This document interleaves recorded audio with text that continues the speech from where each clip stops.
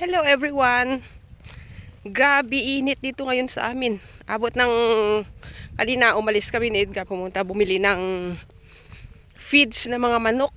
Sa sasakyan pa lang nagmarka ng 39 degrees Celsius ang temperature dito. Grabe, sobrang init. Bukas, lalo na bukas, tataas pa rin. Ngayon, 8:10, alas 8:10 ng hapon. Pero grabing init dito ngayon sa amin. Ang alas 8, ang taas pa ng ang tirik ng araw. Sobrang init. Nilakad ako ngayon mga siguro 2 kilometers, 4 kilometers. Balikan, 4 kilometers lahat. Tapos siguro makabalik ako mga 9:15. Tingnan nyo, grabe. Ang init. Yun, ang liwanag, sobrang liwanag, alas 8:10. Ganito sa amin ngayon dito. Basta pag summer kasi ganito yung yung araw. Siya? Mahaba yung araw kaysa gabi.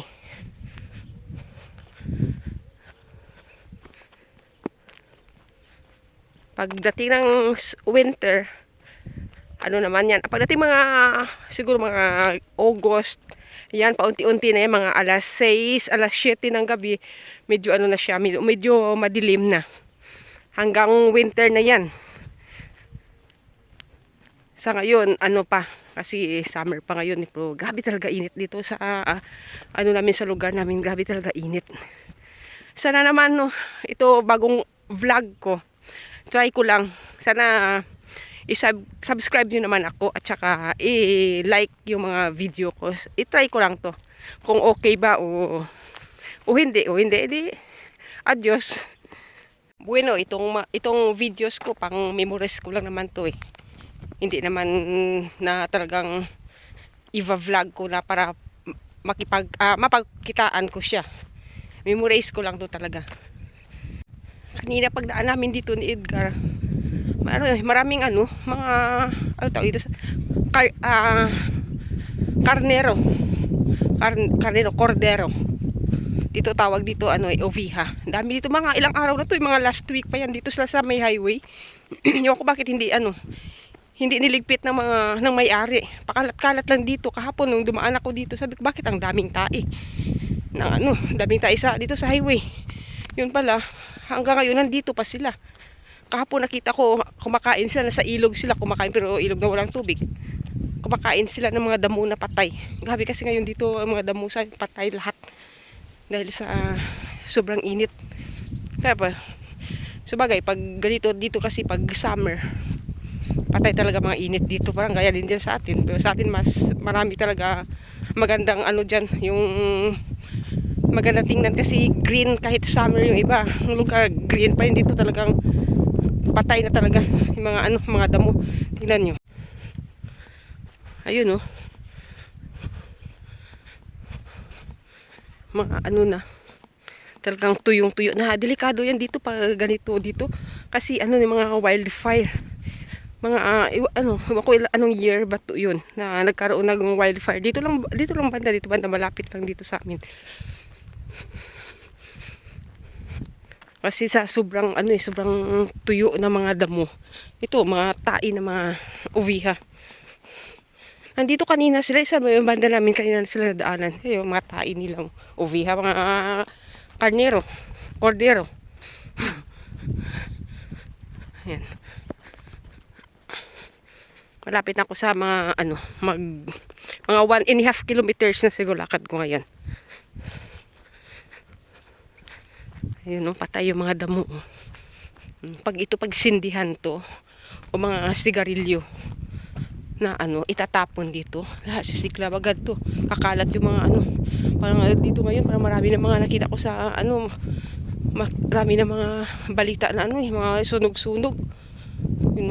Grabe. Ayan, yung mga bundok.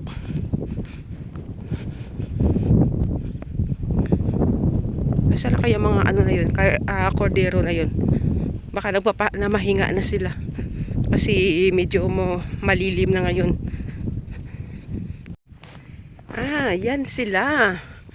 Andyan. Ayun, oh. Ayan sila, oh. Kasi delikado kasi, minsan, may mga sasakyan dito. Ayun na, tumakbo na sila. Ayan. Minsan kasi mga sasakyan, kasi mga dami pa naman ng, ng zigzag yung highway dito. Kasi na, bumaba yata sila. Ayun sila, oh. Mii! Yun, oh. 2, 4, 6. Kulang sila isa kasi kapon 7, 2. Ayan sila. Ayan. Mii! Gabi may buntis pa yata. Yung isa kasi laki ng tiyan. Ayun, buntis yata yan. Ayun. Ayan. Dito yan sila. Delikado pa naman kasi dito.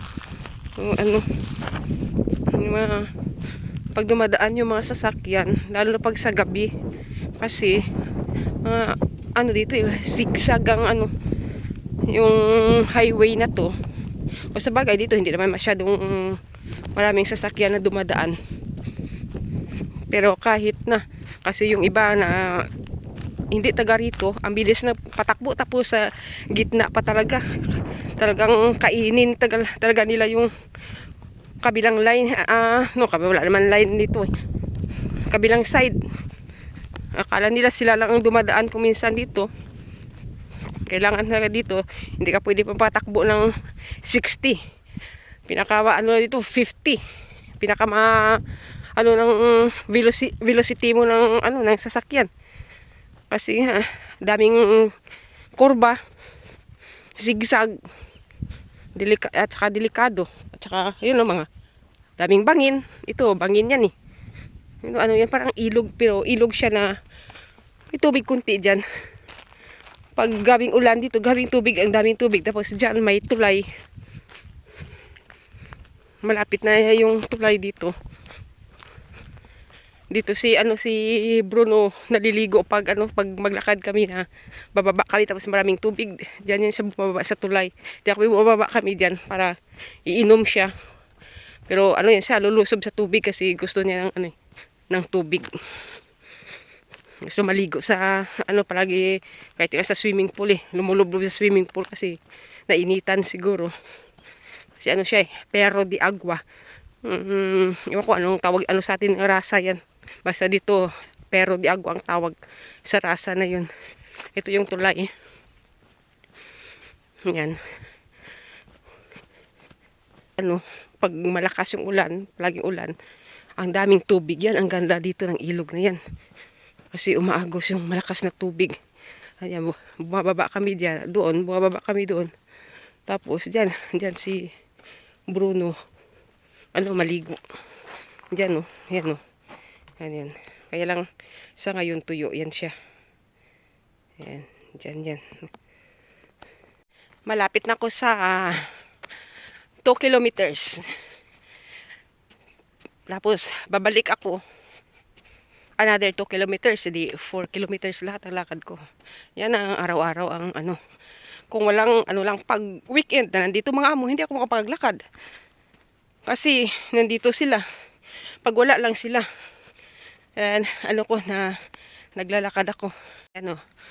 Pagdating diyan, hindi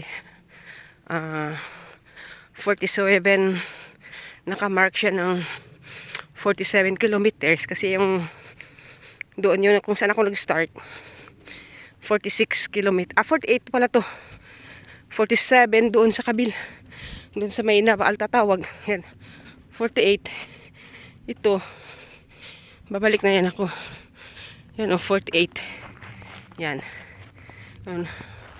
babalik na naman ako malapit na ako sa 48 kilometers 48 kilometers na yung mark na yung sinyal na 48 kilometers malapit na ako kasi doon 47 ito 47 tapos 46 yung last tapos doon na sa amin pasok na ako sa amin lapit na hinihingal ako kasi paakyat to eh yung papunta doon ng papababa siya Dito naman, paakyat ngayon pagbalik ko. May dumaan pa nagbabike. Ito yan siya. Oh. Ayan. Kilometer 47. Yan siya. Ayun. Another 1 kilometers at saka siguro mga 300 meters padating sa amin, papasok sa amin. Pero dadaan ako sa ano, hanguha ako ng mga itlog ng mga manok. Daanan ko. Yan dito kabila, ibang farm na yan dito. Dito yung lapa dito. Ayan, yung bundok na yan sa harapan natin. Ayan. Sa taas na yan. Sabagay, hindi pa yan. Dito yan, ito yan may-ari. Sa likod yan, yan sa amo namin. Abi, hinihingal ako. Medyo malilim na kasi anong oras na? Mga 9 PM na. Puro 9 PM pero gabi. Yan o, tirik pa ng araw. Ay, yung araw doon. Ayan.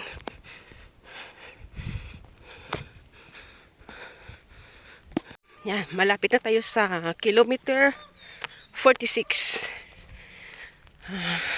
Nakita ko yung yung fox nasa naglalakad.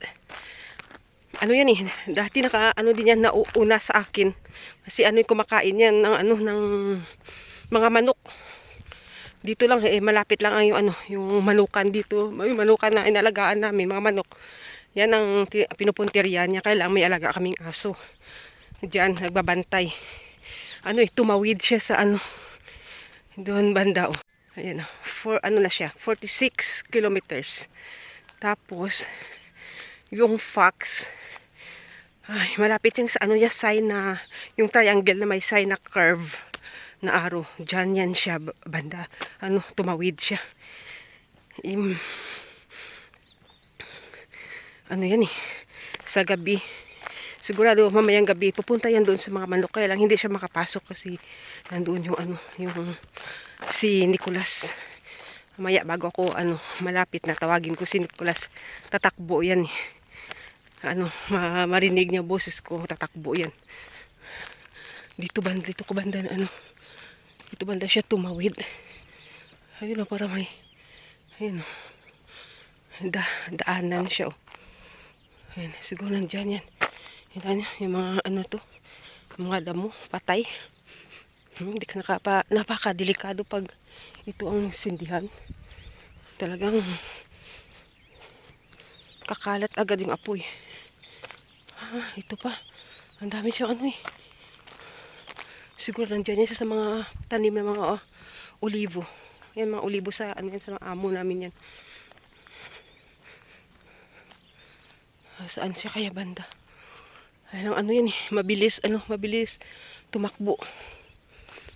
Pag maramdaman niya lang yan, tatakbo agad yan, magtago. Grabe. Yun. Diyan kasi banda. Diyan banda yung malaking puno na yan. Eucalyptus yan. Eucalyptus siguro mga edad na rin ng 50 years kasi pagdating kami, mag 17 years na dito. Pagdating namin, nandyan eh, nandun si Nicolas. Nico! Nicolas! Nandun si Nicolas. Nicolas! Toyaki!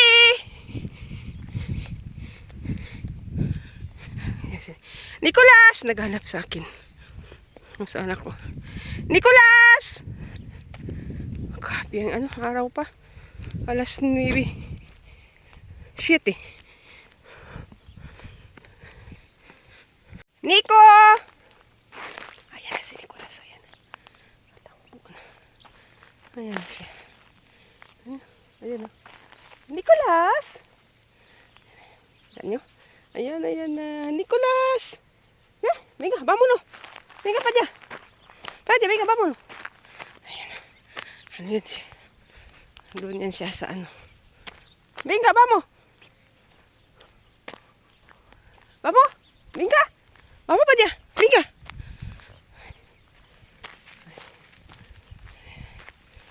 Ayan siya. Ayan. Tatakbo yun. Bingga ba mo? Diyan ako. Diyan ako dadaan. Kasi mahuha ako ng itlog ng manok. Nasalubong yung sinikula sa akin. Ayan na. Andito na ako. Dumating ako mga alas 9. Ano, what time na?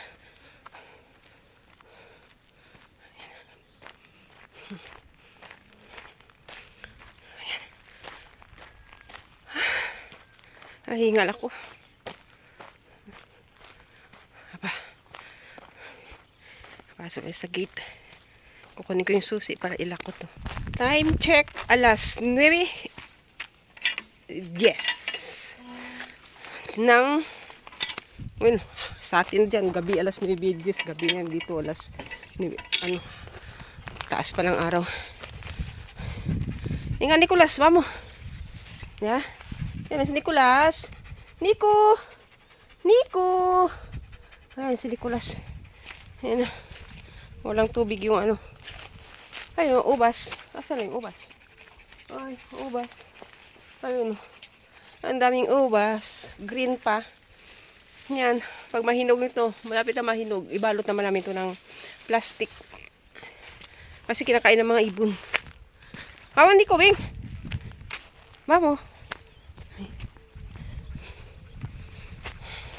May tanim ako dito ng pinya. Pero, ewan ko kung mabuhay ito. Ito siya, oh.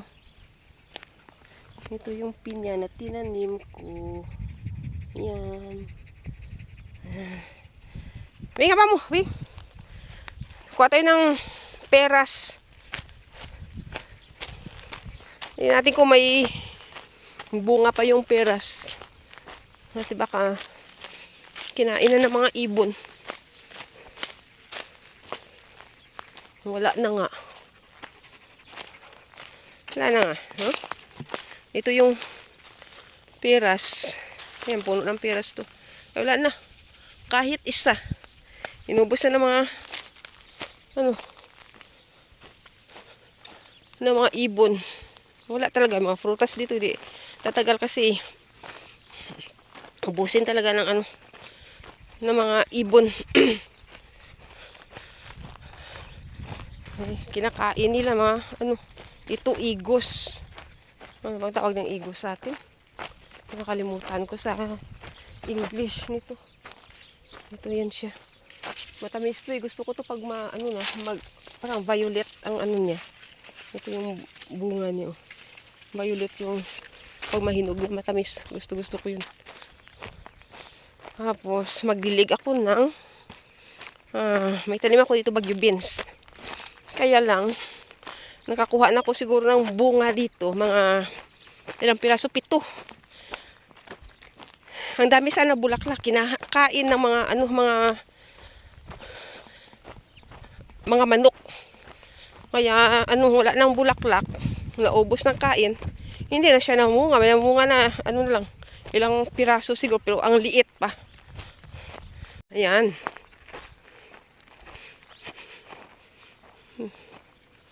Mayroon ditong bunga, ayun, oh. Wala nang mga bulaklak. At saka, tuyo na. Kasi grabe talaga init dito. Saan ang bunga niya? Ay, bunga niya, ano pa? Kuritot. Tawag sa amin. Sa Ilonggo, kuritot ay yung bunga. Yan, kuritot. Yan. Ayun. Ito yung hose. Nagdilig ako. Ngayon, kunin ko ng mga itlog. Ay, dito ko may itlog dito. Kasi dito, araw-araw may nakuha akong itlog dito eh. Ay, inistakalanid ka ng mga ano, ng mga feeds. Wala. Dito mayroon ditong itlog eh. Ayun. Ayun yung mga itlog. Ayun. Yung itlog. Kukunin ko yan. Ay, hindi ko maabot. Ayan, oh. 13 pieces. Isang dosina. Maigit isang dosina. Nakuha ko. Dapat ano yan, mga 18. Pero ewan ko baka kinain yan, oh. Ito, oh. Ha? Nico? Babalik pa ako para isara ko yung mga manok. Papapasok na sila sa bahay nila. Ito, may tumubo ditong kamatis. Nag-iisa lang siya, tapos yung bunga niya. Ayan. Ayan, ano to mga kamatis na bubulok, tinatapon namin dito. Karoon siya ng bunga. Siya dahil maliit na bunga. Mayroon din sa mga bulaklak. Itago ko muna to yung mga itlog na nakuha ko. Nilagay ko sa damit ko. Ayan Tapos, babalik ako magsara ng mga manok. Tapos magdilig pa ako ng mga halaman namin sa kabila. Sana diniligan ni Kelly. Tapos magluto pa ako ng ulam namin para bukas. Tago ko lang to dito sa may kusina. Mayroon ako nakuha kahapon mga 18 yata. 16 na itlog. Ayun. Alam natin. Uhaw. Ito yan kahapon. Nakuha. Tapos ito naman. 2, 4, 6, 8, 10, 12. Hoy 14. May isang dosina. Ipunin naman yan para pag pupuntang amo namin, dalhin nila kasi nung nakarang araw, mga 11 dozens ang dinala nila. Ang dami. Ayun. Dito na ako sa bahay. Babalik pa ako sa mga manok. Isara ko sila. Dito na lang ako. Maraming salamat sa panood nyo. Sana i-like. Sana naman i-like nyo at saka i-subscribe yung video ko ito. Maraming salamat sa inyo. Bye-bye.